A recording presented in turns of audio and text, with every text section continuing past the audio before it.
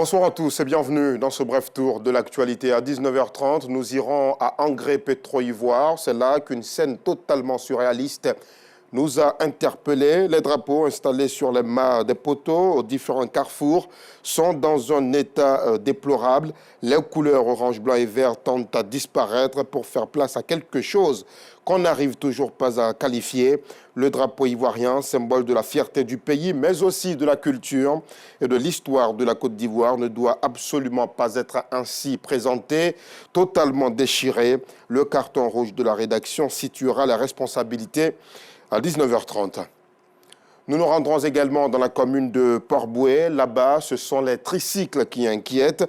Les chauffeurs de ces engins sont par ailleurs très jeunes. Ils s'adonnent à des actes d'incivisme. Ils stationnent là où il ne faut pas, roulent à vive allure sans tenir compte des populations aux alentours. Au quartier Terre Rouge, ces engins, censés être un soulagement pour les riverains, tendent à devenir un calvaire. Nous irons comprendre tout cela.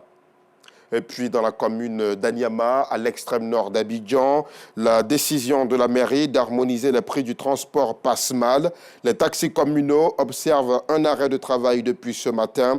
Ils sont contre cette fixation unilatérale des nouveaux prix. La situation a engendré des désagréments aux usagers.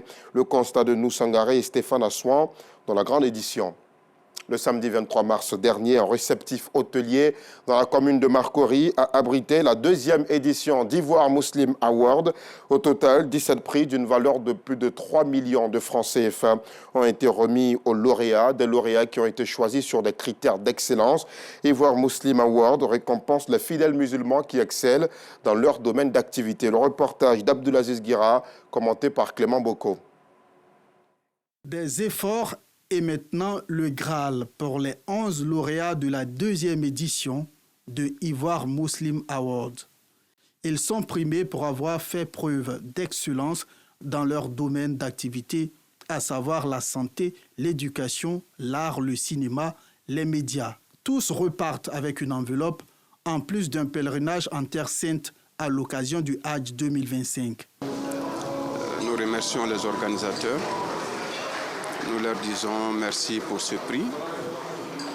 Nous sommes cachés à l'hôpital, mais alhamdulillah, je pense que quand vous œuvrez pour Dieu, Dieu fait qu'on voit, même si vous le faites en cachette. Et le travail continue, la lutte contre la pauvreté à l'hôpital. Allah a permis que nous soyons des prédicateurs aujourd'hui, donc on lui rend la louange et puis également remercier les organisateurs. Ces genres d'événements nous encouragent dans ce que nous faisons et ça prouve également que nous sommes suivis. Donc ce que nous sommes en train de faire et ça nous permet de continuer dans cette lancée-là où, n'est-ce pas, le triomphe de l'islam.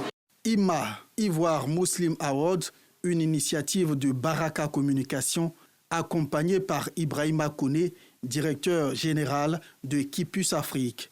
Objectif, faire la promotion de l'excellence au sein de la communauté musulmane. Quand on entend Ivoire Muslim Award, c'est de retenir que ce sont les awards des musulmans et cette distinction, cette célébration vise à mettre en avant les musulmans qui se sont fait démarquer dans un domaine d'activité.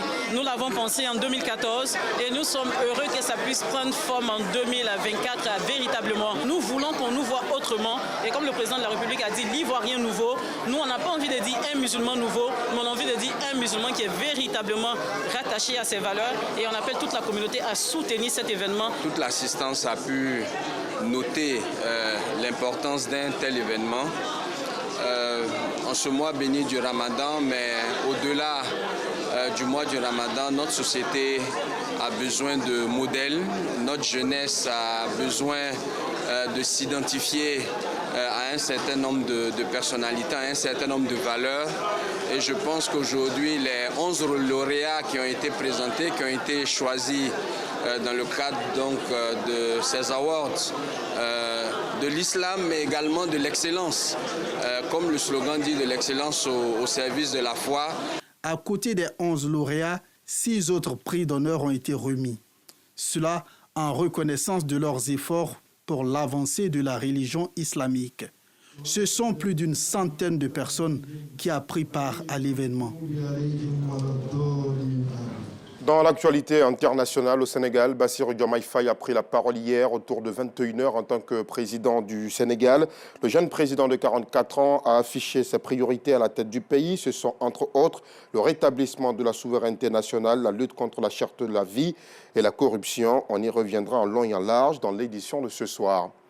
Et pour finir, aux États-Unis, des images aussi rares que spectaculaires. Un cargo a percuté un pont situé à Baltimore, dans le Maryland, dans la nuit de lundi à mardi, entraînant l'effondrement de l'édifice et la chute de plusieurs véhicules dans la rivière. Le drame a été filmé par une caméra de surveillance et par plusieurs amateurs. Ce pont à 4 voies de 2,5 km s'étend au-dessus de la rivière Patapsco. Fin de ce flash, on se retrouve à 19 h 30.